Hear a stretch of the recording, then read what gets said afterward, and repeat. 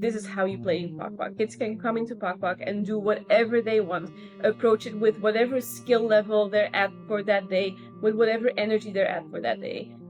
And I think that makes for a very calming experience because they set the pace for themselves. Kids don't lie. Like it's a very easy customer to test on, because like when you're testing with adults, they're like, oh, this is great. Yeah. But they don't. You're like, it's just tougher to get the truth. When we launched the app, we had this small town. Then we turned it into a bigger urban center. So we hired a New York City urban planner to help us design the town. And that was a really cool experience. Melissa, Esther, amazing. Thank you for being here on Parent Tech. I'm Andrew Hogan, and this is a show where we talk to people who are building things, thinking about the technology that parents use, and I'm so excited you're both here today.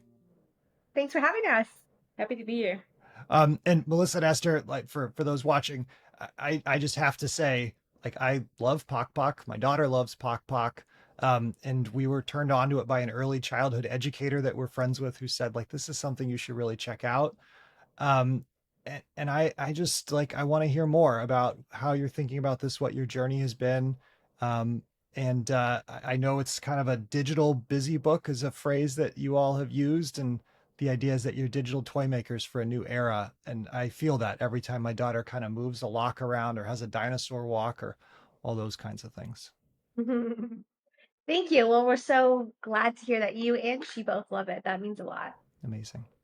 One of the things that most intrigues me about Pok Pok is this idea of calm play.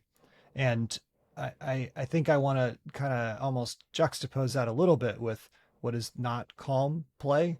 And I'd love to hear from you, like, what's a good reaction that you're looking for after a session of Pok Pok? Like, what is it you want kids to do after they've played? That is such a fun question because that's something that I have kids who are starting to age out of Pok Pok, but it's still a philosophy that I apply to all of the technology and the games that they're interacting with now. For my kids, what I personally want for them and what I hope that kids get out of Pok Pok is that they feel inspired to take the play that they had on the device, to take that offline with them to the next thing that they're doing. So we are creating a very seamless experience between the digital play and the physical real life play, where they just they're telling a story in one situation and they just take that with them to the next situation. And that creates a very seamless experience in their minds as well, where it's not like they stop playing anywhere else. It just continues. Yeah, and I think we also really want to make sure that it doesn't leave kids overstimulated and rather regulated. So some of my son's toys really rile him up. Others he can transition off of very easily, let's say, where his mood and temperament and behavior is very steady. And so we're always looking for ways to make sure that the transition off of the screen is just as easy and seamless as the transition onto the screen. And so we want kids to be able to put down Pok Pok the same way they put down a train toy or their art supplies when it's time to do something else. I mean, all of us have tried to get a rock out of our kids' hands, though. So to be honest, sometimes that is hard. But yes. Yes, I had that struggle this morning. So I get it. What does it look like? I mean, I could share my experience, but how do you know when you feel like your kids were overstimulated by something that they did? What are they doing? Well, yeah, every kid's so different, I think. But my son screams. He's 2.5, so he will let out this it sounds like a seagull almost, and then a lot of just squirming away. So if it comes to me having to physically get between him and something, then there's a lot of him dodging me and trying to get away. If it's really bad, I mean, he's in this age right now, he's still learning how to regulate emotions and feelings. So sometimes he'll even try to bite me. But I mean, frankly, this happened with a book. So it's not irregular for toddlers at that age to be going through that. But so many children react and behave differently depending on their age and how they just the environment they're in. There's just so many factors. But yeah, I would say that's my experience. It's a lot of So screaming and wiggling. squirming away, like a lot of like, sort of vocalization. And what's funny is as you said that, I thought to myself, oh yeah, the other day I definitely got between my daughter and the iPad about something that we were doing or that she wanted to Yeah. watch. And it is probably a sign that that thing was pulling her in a little bit too much. I mean, it could be, but like I will also admit that like I was saying, like my son really wanted to read this book and it was Mm, like enormous and one of those books that's like almost the entire size of him, and we had to leave this morning to go to daycare, and I'm like, you can bring whatever you're doing, just bring it in the stroller and we'll walk, and you can, do it as like read your book on the way. But yeah. today was just like he wouldn't compromise on bringing the book because it was too big, but he also wouldn't leave the book alone. And this was just like a Richard Scarry book, like nothing, Yeah. nothing detrimental or behaviorally, you know, stimulating or anything. It was just like that thing. So I think it really just depends also on your child's relationship and mood. But I do believe that like typically screens and digital Yeah. content have a way higher likelihood of causing that meltdown.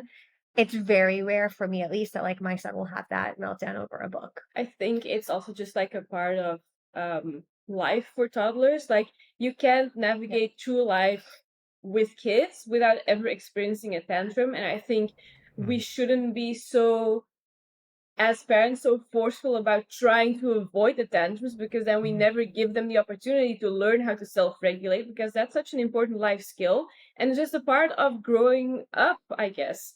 And kids will also throw a tantrum when they have to leave the playground or when they have to stop doing anything fun. But because screens have such a bad rep, we immediately have the knee-jerk reaction of like, okay, no more screens for you, like banning mm. all screens from our household.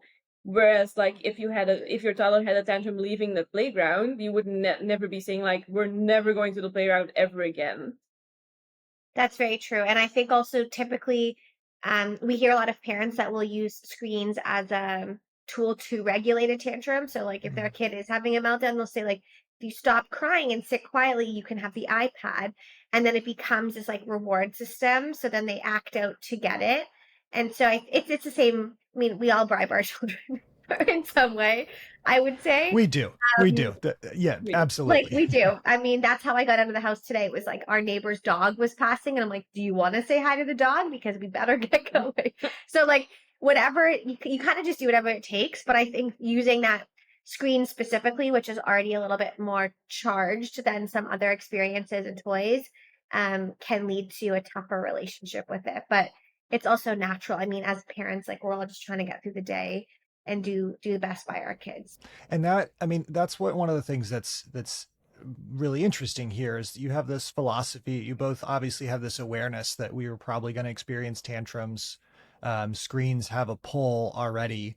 And so I know one of your philosophies is, designing for really calm play. And so what does that like mean? And I don't mean in the sense of, there, no ads, the sounds are sort of minimal, less words. But in your design meetings, are you like saying like this might be a little too much? Like take us inside one of those meetings where you're deciding like what's the level? Well, we have a very unique way of approaching what we make for kids, like all of the toys that we make for kids, because I think like very inherent to what we are building, we're making toys, we're not making games necessarily. And we Mm, always like to compare ourselves to the wooden blocks in your house and the wooden or like the toy trains or the Lego set or whatever. um Players in or like kids in their physical playroom can approach anything they want with the intent that they set for the day, not as intentionally like kids are not going about their day and manifesting what they want to be doing, but it's very intrinsic and very unconscious of like, how much energy do I want to spend on building a wooden block tower? mm, And if it falls down, like what am I going to do when I didn't want that to happen, or did I want that to happen? Like it's all up to the child what they're doing in the playroom or what they're doing with their toys, and the toys are not going to be faulting them if they play wrong.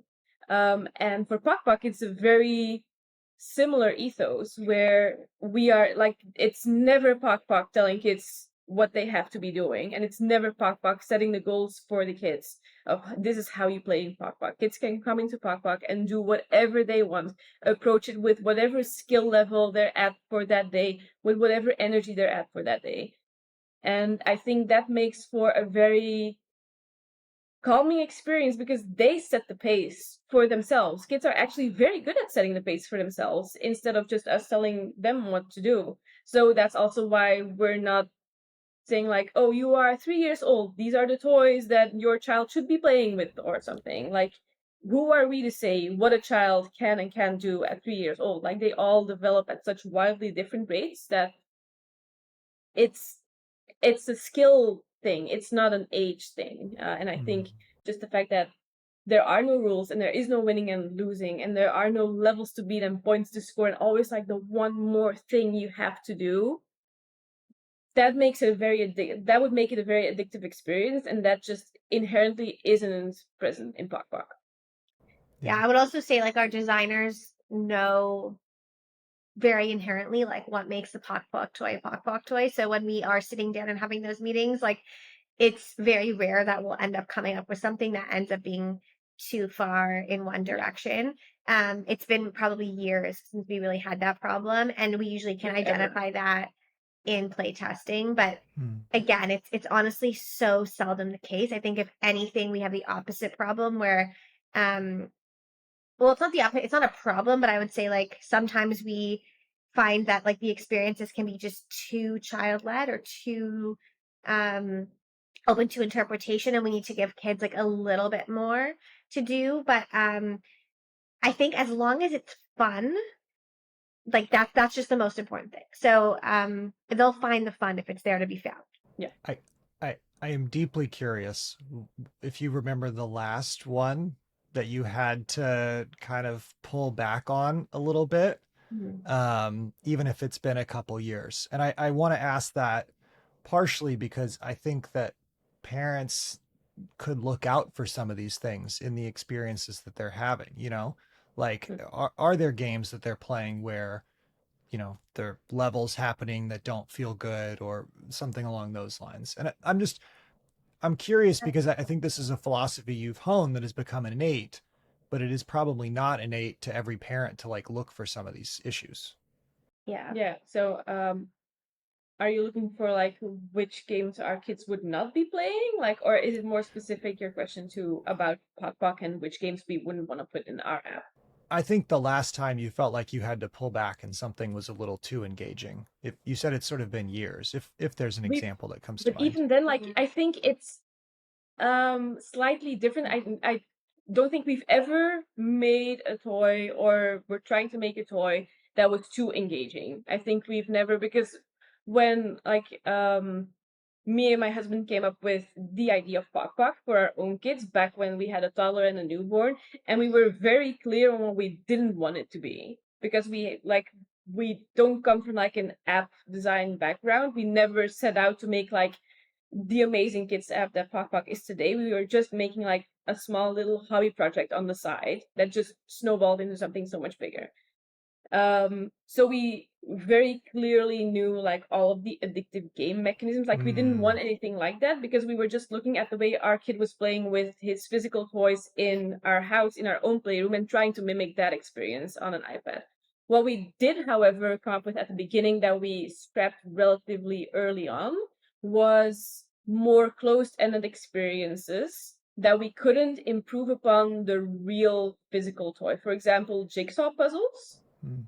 We felt back then of like there is a benefit to playing with jigsaw puzzles. That's very fun and very educational for kids, but we couldn't really find a good enough reason to make a digital version of that was an improvement on the physical thing. So we just decided that like our resources and our energy would be better spent coming up with like different toys and new experiences for kids on iPads that didn't necessarily, because like there are a lot of kids apps out there that do replicate like here's a jigsaw puzzle, here's like a coloring page, color it in, like, and that's considered like an educational experience for some parents maybe, but we knew that we wanted to steer away from like the the status quo on what was considered educational for kids and Yeah. what was considered like that kind of experience. I also just add that like early on, one of our advisors, Laura Petit, she's a pediatric occupational therapist, and Mm. she she made a comment like before we even released the app about how what she really loved about Pok Pok was that most of the sounds don't like most of the app doesn't make a single sound until the child makes it make a sound. And I think we may have had like a handful of exceptions where like you might hear like a little small subtle noise, and then we ended up taking most of that out because of her comment. And she said that it was a big factor in like a lot of children who are especially either neurodivergent or just very sensory sensitive to have noises just happening at them instead of them controlling them. And we already didn't have much of this in Pok Pok, but I think there were maybe like a handful of sounds Yeah. that were really quiet, but they were there. And then we ended up deciding like, okay, Pok Pok's not going to make any noise unless the kid makes it make noise. And even today, we know a lot of our users actually play completely without sound. So Mm. we always design the experience to be like very quiet anyway. But that was a place where she was like, if you want to just even make this even better, just pull back all of that.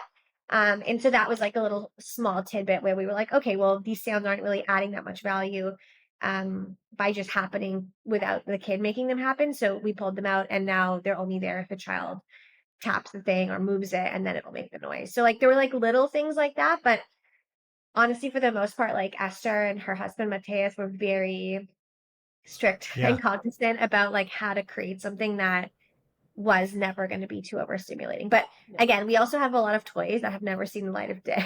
And I think many of those are not because of the sort of stimulation piece, but because either of the reason Esther already mentioned, or because we just could not like make them fun enough while without making them like too Yeah. gamified. So like, yeah, there are just things that we have, they're just like in the archives that we may come back to at some point. Right. But for now, they're there.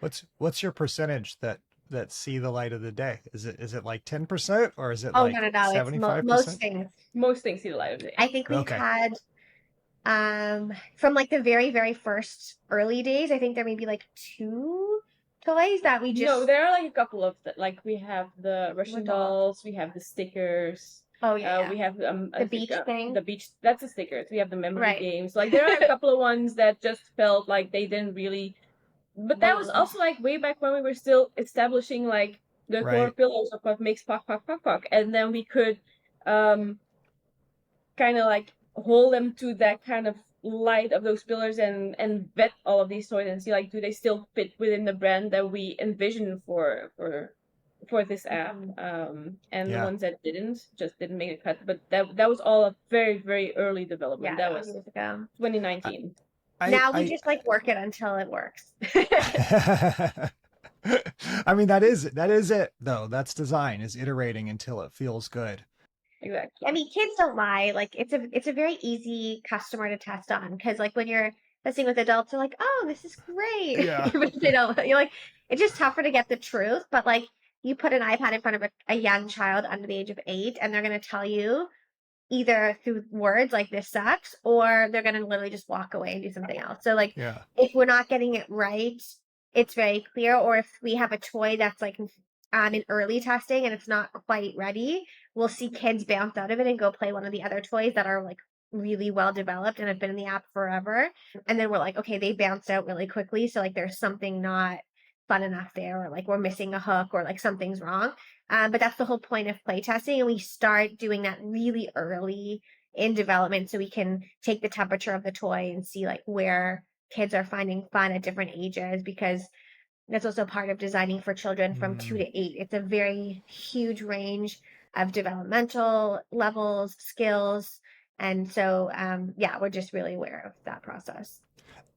That reframe from a game to a toy is fascinating. And I hadn't thought about it that way. I've thought about this as a game. And I'm realizing how different that is, because games you progress, games there are rules, games there are, not all the time, but generally. Yeah. So that's really interesting. And when you do this testing, this play testing, Are you like, is it kind of like a casual, they come into the office? Is it like you go to somebody's home? Like what does that look like? It varies. We have a few different ways we do it. So we have playtesting here in our office, and we do it in very small groups, like one family at a time. And we just bring them in and we play. We let them play. Like we don't guide it in any way actually at all. We just open the iPad. It's locked on Pok Pok through guided access, and they can do what they want. And our team observes, and it's not like we have like a glass, like a double-sided mirror. Like it's literally Yeah. just like the families, like the parents, the children, and then usually maximum two or three of our design team will be there. And it's very small groups because we want it to feel like super safe and Hmm. for the kids and the families, but also we don't want to influence any of their play patterns. So it's pretty relaxed. And usually while the kids are playing, the parents are chatting with our team and we're getting to know them. And then the kid just kind of like feels like we're ignoring them and which is great because they just do their thing and play. And sometimes we'll end up playing with them. And then we also do testing in preschools. So we Hmm. have devices that are in certain like daycare centers, and a lot of that um, is interesting. We get a lot of just like passive data from those kids and those users. So we're not even often there, but then we will do like on-site visits. The kids have no idea who we are. They just think we're like friends of the teachers and we just show up, and sometimes we're just playing with Lego with them and other times we're actually playing Pok Pok or watching them play. But those are usually just like open-ended days where we'll spend 3 hours in the kindergarten class doing whatever the kids are doing. And a chunk of that is usually Pok Pok, and that's a little different. It's more experimental. It lets us like spend time with kids in their sort of natural habitat, and see them in larger groups interact with the app, which is always cool. Yeah. And then the last way is really just through friends and family and our network of playtesters. So we have probably about 100 families who are playtesting at any given time. And so we will sometimes have either like calls or email exchanges with the parents. They'll send us videos or feedback questions, whatever. And then we all have our own kids. Definitely a Yeah. little bit more biased there, but like especially when things are in like their very early janky state, we'll try them on our own children before we expose them to the wider playtesting community. Yeah. If you had to put this on like a scale from like ultra scientific to like really intuitive, like sort of ethnographic kind of, like I don't know, like informal, like where are you guys on the scale in terms of how these things work? Yeah, I think we're more intuitive, honestly. Yeah. Yeah. There's a lot that can be gathered through that process. And I think when working with kids, it for us, it just like feels like the right way to do it. And our play testers are all over the world. I mean, Esther actually lives in Belgium. She Yeah. happens to just be in Toronto with our team this week. But so we have, and not just her, but like we have other folks who live in different places. And so we do try to make sure we're collecting diverse data, but we're also a very small company. We don't have the Mhm. resources to be, to have our own lab that's like research backed by scientists. And like we do work with, I mean, a lot of what we do is research backed, but it's not facilitated through like a massive, scientific Yeah, process. I no think we white use coats, like you said, that for those who don't know no watching, like lab coats. the double pane glass is sort of like a traditional usability testing thing where you like really Yeah, deeply watch the person and they can't see you. And so I yeah, think, Melissa, you described a very distinct difference there with your process than totally. maybe Yeah, and I another. think like I don't know if you want. I'm also a big believer in like if you want kids to behave naturally, like if you put them in a Mm, sterile room with like some toys and a giant mirror and um like if they're just like not relaxed. I don't know. I mean, I'm sure people can argue against this, and I'm sure there are studies that would actually prove me wrong. But like I feel like our gut is like we want to create the most natural habitat for kids, and so when they come into our office, it's already something new and different. And a lot of children are like, where am I? Like, what's happening? yeah. And so I think there's always bias in testing, but this is why we do it many different ways. And I think as the company gets bigger, we'll probably experiment with some more let's say regulated testing that, Mm. but I don't know that the results would be any different. But it's also like it depends on like what we're looking for. Like we are just looking like we are not out there to like gather scientific data necessarily on these kids and their play patterns. This is more of just like us trying to see like, do kids enjoy Pok Pok? What do they like? How do they play with the new toy that we are building? Are they enjoying themselves? And I don't think we need like a lab coat situation to get that information. Yeah, one example actually is we had one of our like the toys that we tested in its roughest state, which was also a very experimental toy. It hasn't launched yet, so I won't say what it is, but it's in a very different state now. But when it was very early on and very rough, we brought in kids to test because it was pretty like weird. It's very esoteric. It's very esoteric. And we had some kids who came in for testing, and within 10 minutes they had opened their iPad that they brought with them and was showing our team something in Roblox. And we were like, okay, so this is not great. Like, they're obviously not interested enough in this new thing that they wanted to rather go play Roblox. And so, but they ended up, our team spent, I don't know, half an hour playing Roblox with them. And it was also pretty interesting and cool. So like that was great. It wasn't a waste. And if anything, it just showed us like this toy's not ready. Yeah, but then, like a couple of months later when we did and like we continued iterating on the toy, and then in a different experience in a different setting I was showing my kids, like they hadn't seen that toy in months, and I was showing my kids and like one or two friends who came over, and they spent like more than 20 minutes collaborating. So like it's interesting. Like we can never just base our impression of a toy on like a single playtesting experience or a single family, because kids have such different interests and such different ways of approaching things. The age matters, their natural deep interests also matter. So it's important that we approach playtesting at many different stages and from many different angles with many different families to really get something meaningful out of it. Yeah, we also play test with a lot of neurodivergent children, and that is a totally different experience too. And so we want to make sure we're getting as wide of a spectrum as possible of kids, so we know, maybe this toy is super successful with like a 6-year-old neurotypical kid, but with a 3-year-old neurodiverse child, it doesn't work. So how do we make it work? So yeah, it's a lot of iterating. Yeah. I noticed one thing you didn't mention within this context, but you described early on getting some really good feedback about sound. It only responds when the child presses something. There's no, sort of ambient noise. I don't even know if that's the right word, but you know where I'm going. You didn't describe having like educators in your office in the environment, but I would guess they're at the preschool, obviously. Are there other, like, how does that even work? Like, do you show them things and then they give you the feedback? What's sort of the process for involving educators? Also knowing that this app is not like it's not like an educational app or a learning app. It is not, or the toys, they're not intended to be like teaching, how to count or anything like that, except for the new game, I guess. But except for the new game. Yeah. So anyway, tell me about that. Tell me about the educators and the others. You wanna go?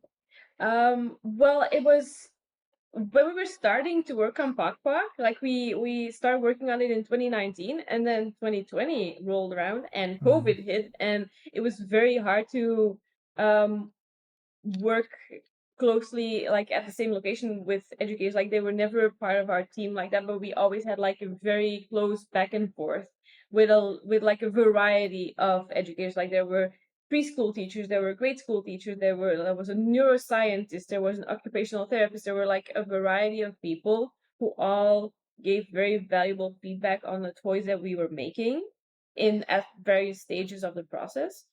I do want to point out that we've never had any of them call us back for like, this is seriously wrong and you need to like go back to the drawing table. Like I feel in general we early on had already a pretty good sense of what we wanted to be making, and that we instinctually felt like this is going to be working well for a lot of kids. So we never felt like we were doing anything wrong, and that was never confirmed by educators. They were mostly giving like smaller feedbacks on some details, but overall I can't say that we've ever had an educator saying anything like negative about Pok Pok or what we're making.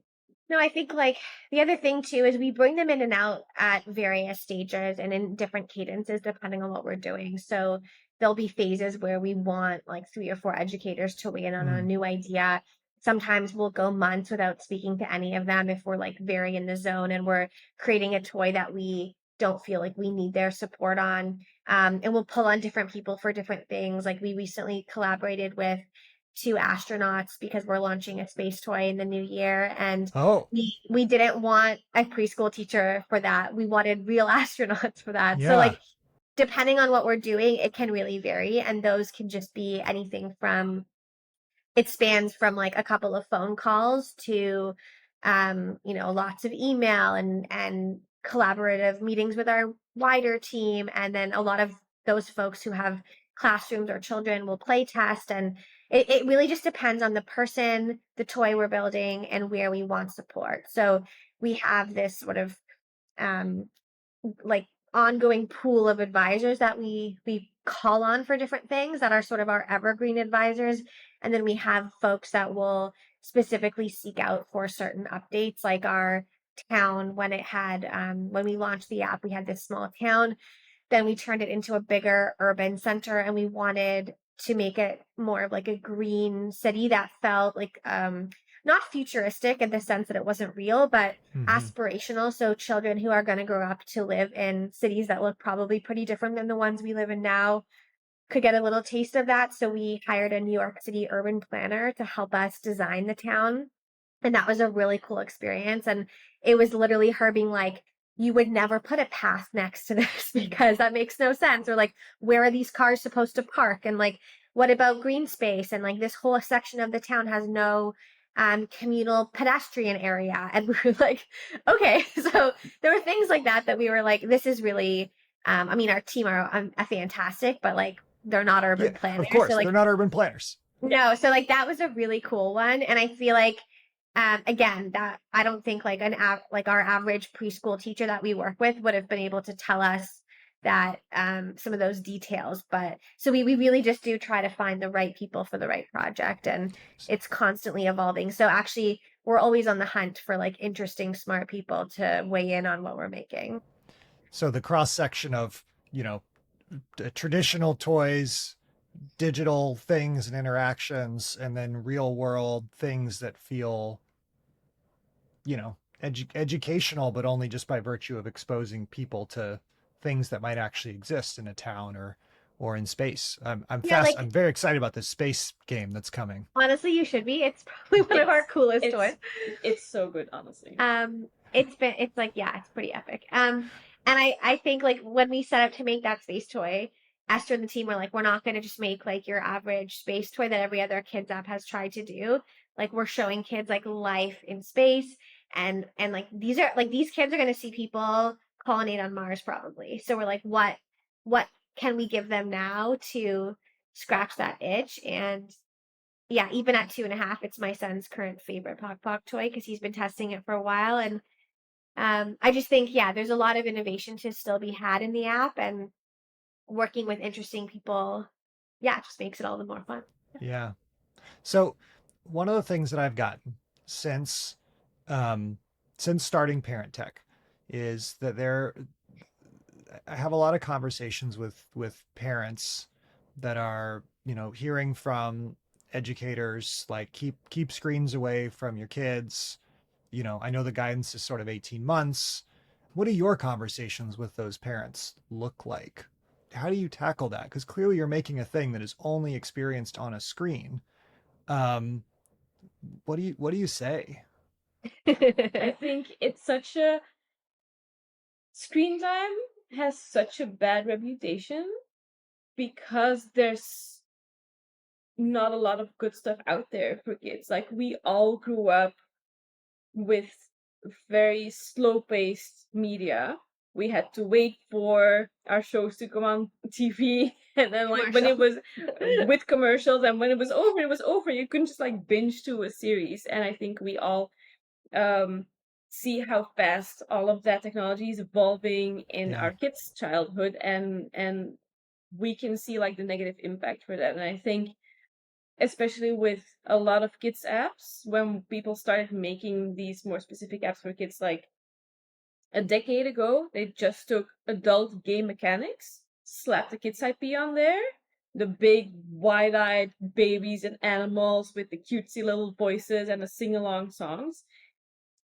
But adults can understand the more addictive game mechanics that keep you playing, and kids don't have that nuance. So it's very easy for young kids to get sucked into that screen time and have a tantrum when it's over because they don't know how to regulate those dopamine shots just yet. And I think I really understand parents' concerns when it comes to screen time for such young kids. And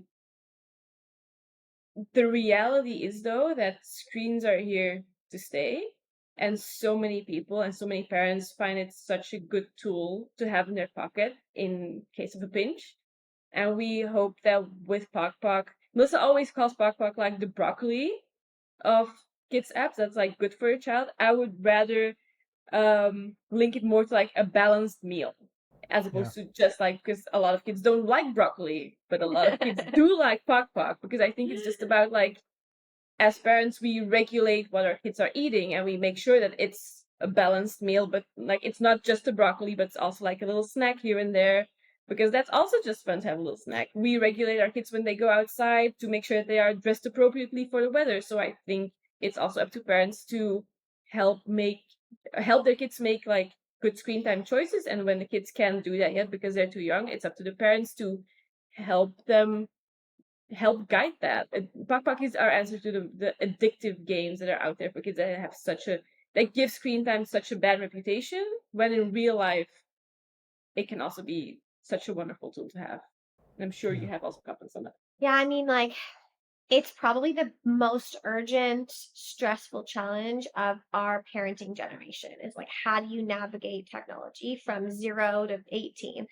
And it's a tough one, but I think every generation has had this, starting with books, then radio, then television, now mobile devices. It's like every generation is terrified of the next new technology, and I get why. Like, it is scary, and that's why we started the company, because we're like, this technology is not going anywhere, but we can do something about making it a little bit more mindful, a little healthier, and really enriching for kids. And so when we when I hear from parents who are very, I'll call them anti-screens, I get it. I do understand that as a mother myself. Like, we have a pretty gentle approach to screen time at home, but we also don't want to make it a taboo, because the kind of thing, like, I don't know, growing up in Canada, like, you cannot have alcohol till you're 19 and then you go crazy.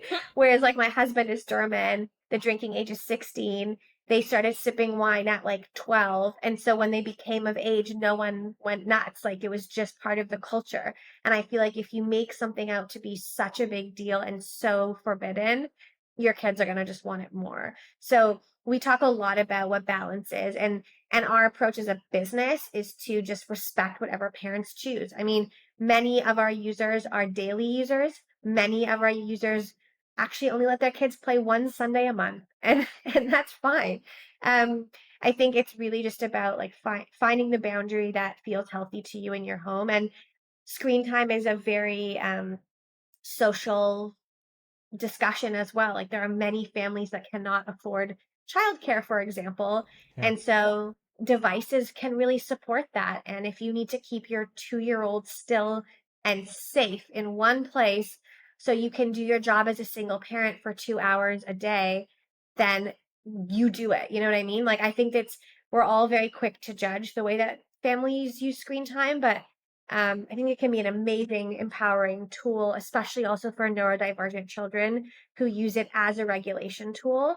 And I think we just have to, as a society, be very open and understanding to the pros and aware, of course, of the dangers. And so I think, like, my opinion is there's no real like right or wrong. I think it's about understanding as a parent like what you feel safe and comfortable with. But of course, this is also why we started our business, because we weren't comfortable with what was out Right. there. There's So an opportunity. I mean, I am attracted to Pok Pok because I see the same things. I have the same feeling, and I have, one you didn't mention that I've heard you talk about in other interviews is the like creativity and the ability to like sort of envision a future is a key skill here, and probably screen mediated too. Like I have a job because I researched how to be better at video games, Yeah. and like 100%. And they're yeah, if very you hold your connected. children back from that, it's like there's a lot of people right now who are just so scared of AI. They're like, I don't want to have anything to do with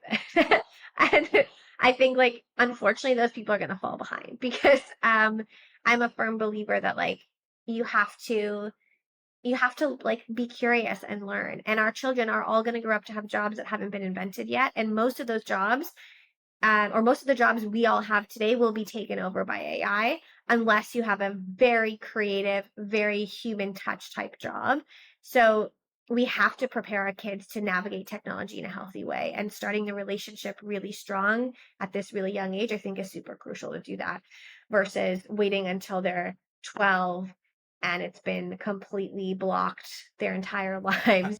As a dad, there is no way that you could make it to 12. I actually like this is one of the like it's not that I like I just don't I can't imagine that they would miss out on that big of the world, that big a part of the world. Like Yeah. No, it's and true. that's the hardest part for me is having these conversations and not saying like I don't know how you're going to make it that long because, you know, there are conversations about Zelda and Mario that happen all the way through. Um Totally. And frankly, I think a lot of those opinions come from people who don't have children yet. Yeah. Or their children are mm, like under the age of 5 and they're like, we're never gonna do it. I'm like, okay, we'll see We'll see we'll see how how that that goes. goes. But it's like the parent. I know when I had my son, I was like, oh, he's not gonna have sugar until he's 1. Let's be How honest. how did that work out for you? Well, the grandparents, let's just say they like to but that's treat it. our, That's it.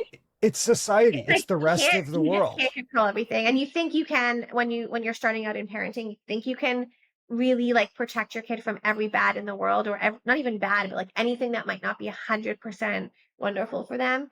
But like that's not real. That's not life. That's not real. That's not where we even find joy. So No, I and think like it's like it is so easy for the millennial parent to fall into like that trap of thinking that your child is going to be born as like a piece of clay that you can mold into like the perfect person that you want them to be, mhm. when in reality they already are the person that they are when they are born, and you're just helping them, you're scaffolding, you're supporting them in the person that they already are and helping them develop themselves in their own interests.